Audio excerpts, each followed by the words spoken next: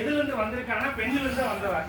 அப்ப பெண் எவ்வளவு வலிமை உடையவளா இருந்தால் ஆணுடைய வலிமை சொல்லுவாங்க. அப்ப ஆண் வலிமையானவனா, ஆண் வலிமையானவன் தான். ஆனா ஆணை காட்டி யார் வலிமையானவனா, ஆணை கொடுத்த பெண் தான் வலிமையானவன். இன்னும் சிறப்பு என்ன அப்படின்னா, உயிரை தந்தனால தந்தையா.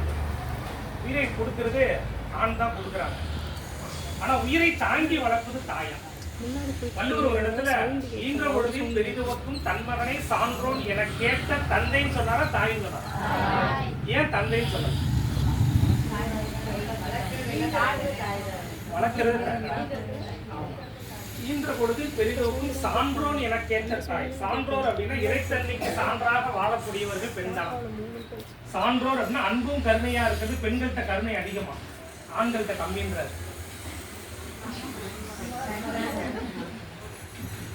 இது உண்மையான்னு கேட்டா 200 விழுக்காடு உண்மை. 200 விழுக்காட பெண் கருணை மிகுந்தவள். பெண்மை அப்படின்னா கருணைன்னு அர்த்தம். அப்படி கருணை மிகுந்து இருக்கிறனாலதான் இந்த உலகத்தில் உயிர்களை படைப்பதற்கு, இந்த பிரபஞ்சம் இறைவனால் படைக்கப்பட்டதா இருந்தாலும் அனைத்து உயிர்களும் படைப்பதற்கு பெண்ணை தேர்ந்தெடுத்திருக்காங்க. அப்ப அப்படிப்பட்ட பெண்ணை ஒரு மனிதன் தவறாக நினைத்தால், இப்ப நான் ஒரு பெண்ணை தப்பா நினைக்கிறேன்னா 10 பேர் தப்பா நினைச்சா அந்த பெண் தானாவே தப்பா போயிடுவாங்க. வள்ளுவர் ஒரு பெண் தவறாக போவதற்கு ஆண் தான் காரணம் எழுதியிருக்கார். திறனில் விளையாமை, பெண்வெளி சேரல், மரபின் மகளிர ஆணத்தான் கண்டிக்கிறார். பெண்ணினுடைய பலவீனத்தை பயன்படுத்தி, பெண்ணினுடைய அறியாமையை பயன்படுத்தி, பெண்ணினுடைய உணர்ச்சியை பயன்படுத்தி ஆண் என்ன செய்யறாங்க, ஒரு விபச்சாரத்துக்கு கூட அனுப்புனால கூட பெண் வேசி அல்ல வேசிய ஆக்கப்படுறான்னு எழுதுறாரு.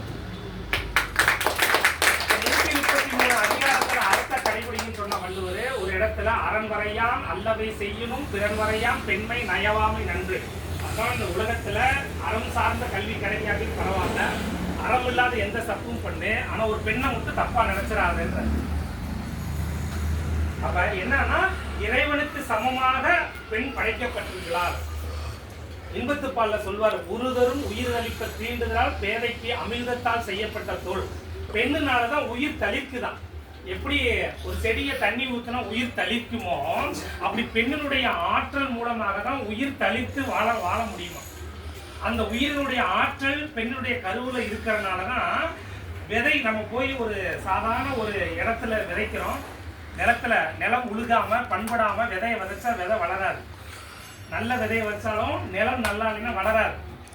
அதே நேரத்துல பண்பட்ட நிலத்துல விதை சோட போன விதையா இருந்தாலும் உரம் போட்டு வளர்த்துடலாம். அப்படிப்பட்ட ஒரு தன்மையும் கருவமைப்பும் கொண்டவங்கனாலதான் பெண் என்பவனாலதான் பெண்ணின் பெருங்கற்கை யாவுல கற்பெண்ணும் திண்மை உண்டாக பெறுகின்ற. பெண்ணுக்கு கற்பு முக்கியம். அந்த கற்பு கெடுறது ஆண்னால செய்தார். அப்ப பெண்ணை மண்ணில் விட்டால் மாசுபடும் என்று சொல்லி கண்ணில் வைத்து காக்கணுமா. பெண் என்பவள் மண்ணில் விட்டால் மாசுபடும் என்று சொல்லி கண்ணில் வைத்து காக்க வேண்டும் என்று பாரதியார் சொல்லுவாங்க. அதனால இந்த உலகத்துல நீரத்துல காவிரி தாய் பூமி தாய் அப்படின்னு சொல்றாங்க. எப்படி பெண்ணுடைய கருவு சிதைவடைதோ அதே போல இந்த பூமி தாயோட மண் சிதைவடைந்தாலும் நம்ம கெட்டு போயிடுவோம்.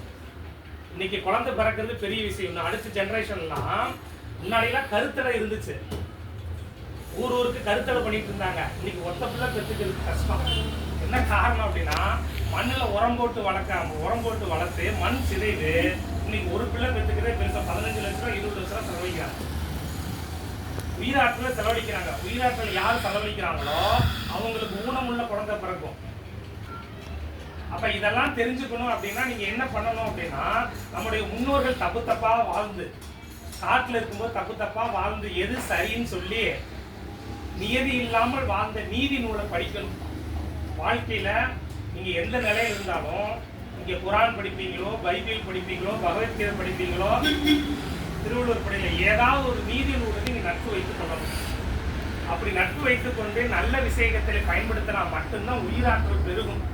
இல்லை என்றால் மனிதன் தனக்காக வாழ்ந்து கொண்டு தனக்காகவே வாழ்ந்து உயிராற்றலை செலஞ்சு தவறான வழியில போயிடுவாங்க அப்படின்னு சொல்றாங்க. அப்ப ஏதாவது ஒரு நீதி நூலோட நீங்க நட்பு வைத்துக் கொண்டா மட்டும்தான் நீங்க என்ன செய்ய முடியுங்க, மனநிறைவோட ஆற்றலோட வாழ முடியும். இது யார்கிட்ட இருக்கு அப்படின்னா பெண்ணுக்கு தான் இருக்குன்றார். கருவுல வரும்பொழுது ஆண் பெண் நட்புல திருவள்ளுவரவே கருவுல பிறக்க வைக்கலாமா, அல்லாவையே பிறக்க வைக்கலாமா, இயேசுபிரானே கருவுல பிறக்க வைக்கலாமா. ஆனா நோக்கம் அப்படி இல்லாம உணர்ச்சி வகையில ஆண் பெண் நட்பு வைத்துக் கொண்டு குழந்தை பெற்றுக்கிற பொழுது மோகத்துல பிறந்த குழந்தையா பிறக்குமா? ஒருவேளை உணர்ச்சி வகை குழந்தை பெற்றெடுத்தாலும் கருவுல வரும்போதுனாச்சும் நல்ல கல்வியை படிக்கணும். அங்கேயும் தவற விட்டுச்சுன்னா வெளியினாச்சும் நல்ல கல்வி படிக்கிறதுக்கான வாய்ப்பை உருவாக்கணும். அப்ப பெற்றோர்கள் தான் முதல் ஆசிரியர்கள். அப்ப பெற்றோர்கள் நல்ல நூல்களை படித்து நல்ல சிந்தனை இருந்தால் மட்டும்தான் அவங்களுடைய வரக்கூடிய சந்ததிகள் நல்ல சிந்தனையாக இருப்பாங்க. அதனால நல்ல கல்வி கொடுக்கணும். இன்னைக்கு கொடுக்குற கல்வினா பிழைப்புக்கான வைத்தியத்துக்கான பொருள் சம்பாதிக்கான கல்வி தான், ஒழுக்கத்துக்கான கல்வி இல்லை. இன்னைக்கு ஒழுக்கமே இல்லைன்ட்டாங்க. எங்க போனாலும் ஆசிரியர் பணியை அறப்பணி, நீங்க ஆசிரியர்கிட்ட ஒழுக்கம் கிடையாது. இன்னைக்கு இயல்பு. தந்தையை நம்பி தன்னுடைய பொம்பளை பிள்ளைக்கு போக முடியாது. டெய்லி செய்தியை பார்த்தீங்கன்னா தெரியும். அப்ப அந்த அளவுக்கு ஒழுக்கத்தேடான ஒரு விஷயம் இருக்கு. அப்ப ஒழுக்கம் என்பது நல்ல அகக்கல்வி கொடுக்கணும்.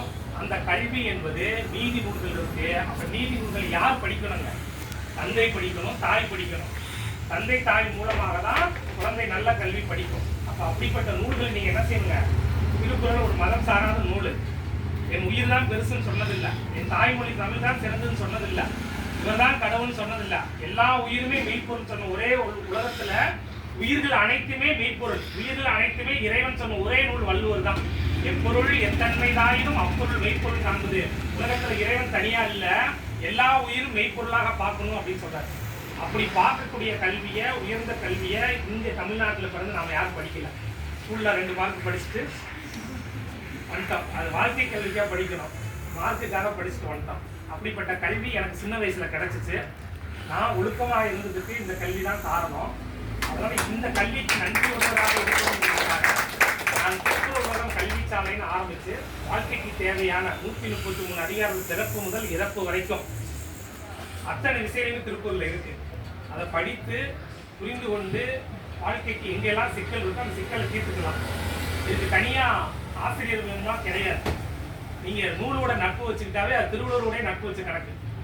பாரதி சொல்றான், எழுத்தும் தெய்வம் எழுதுவோடும் தெய்வம்ன்றான். எந்த எழுத்து கூட எந்த நூலோட நீங்க தொடர்பு வைக்கிறீங்களோ அது எழுதணுங்கிறதோடய நட்பு வச்சிருக்கு சமமா. அவங்க பூத உடம்பு தான் அழிஞ்சிருக்காங்க, ஆனா அவங்களுடைய எழுத்து அந்த ஆற்றல் வாய்ந்தது. உங்களுக்கு புரியாட்டியும் கூட நீங்க படிச்சீங்கன்னா அந்த எழுத்தே உங்களுக்கு நல்ல வழி காட்டணும். அப்படி எனக்கு 10 பருவத்துல 13 வயசுல இருந்து 18 வயசுல நான் திருக்குறள் படிக்க ஆரம்பிச்சேன். எனக்கு நல்வழி காட்டுறது வள்ளுவர் திருக்குறள் தான். அந்த திருக்குறளுக்கு நன்றியா இருக்கணுங்கிறதுக்காக கடந்த 7 ஆண்டுகளுக்கு முன்னாடி நான் பயிற்சியா அதை எடுத்து இதெல்லாம் பண்ணிட்டு இருக்கேன். உங்ககிட்ட என்ன விஷயம்னா, நீங்க தொழில் செய்யணும். பொருளாதாரம் ரொம்ப முக்கியம். ஒரு ஆள் மட்டும் சம்பாரிச்சு இன்னைக்கு வாழலாம். ஆனா பெண்களுக்கு பொறுமை எந்த அளவுக்கு இருக்கோ பொறாமை அதிகம் இருக்கு. அதுவும் வள்ளுவர் தான் சொல்றாரு. பாராட்டுல பேசும்போது நீங்க எல்லாம் ஒத்துக்கிட்டீங்களா இல்லைங்களா? ஆமா, இதையும் நீங்க தெரிஞ்சுக்கணும். எந்த அளவுக்கு பொறுமை இருக்கோ அந்த அளவுக்கு பொறாமையும் அதனுடைய வெளி எதுனா பொறாமை அதிகம். பக்கத்து வீட்டுல மிக்சி வாங்கலாம், மிக்சி வாங்கியிருக்காங்கன்னா உங்க வீட்டுல அம்மிக்கல் இருந்தா மிக்சி வாங்கலாம்னு சொல்லலாம் வீட்டுக்காரங்க. ஆனா புது மிக்சி வாங்கி தான் கொடுன்னு சொன்னோம்னா என்ன நடக்கும்? பழைய மிக்சி வாங்கினா ஒரு 5 ரூபாய்க்கு வாங்கலாம், இல்லைன்னா அம்மியிலே கூட அரைக்கலாம். எனக்கு அவங்கெல்லாம் நல்லா பிழைக்கிறாங்க, புது மிக்சி வாங்கி கொடுங்கன்னா கணவர் என்ன செய்வாரு? பாப்பாரு, அப்புறம் தப்பு பண்ண ஆரம்பிப்பாரு. இல்லைங்களா? வள்ளுவர் எழுதுறாரு, பெண்வழி சேரல்ல மனைவி பேச்ச கேட்ட பெத்த தாய்க்கு சோறு போட முடியாதுன்னு எழுதி வச்சிருக்காரு.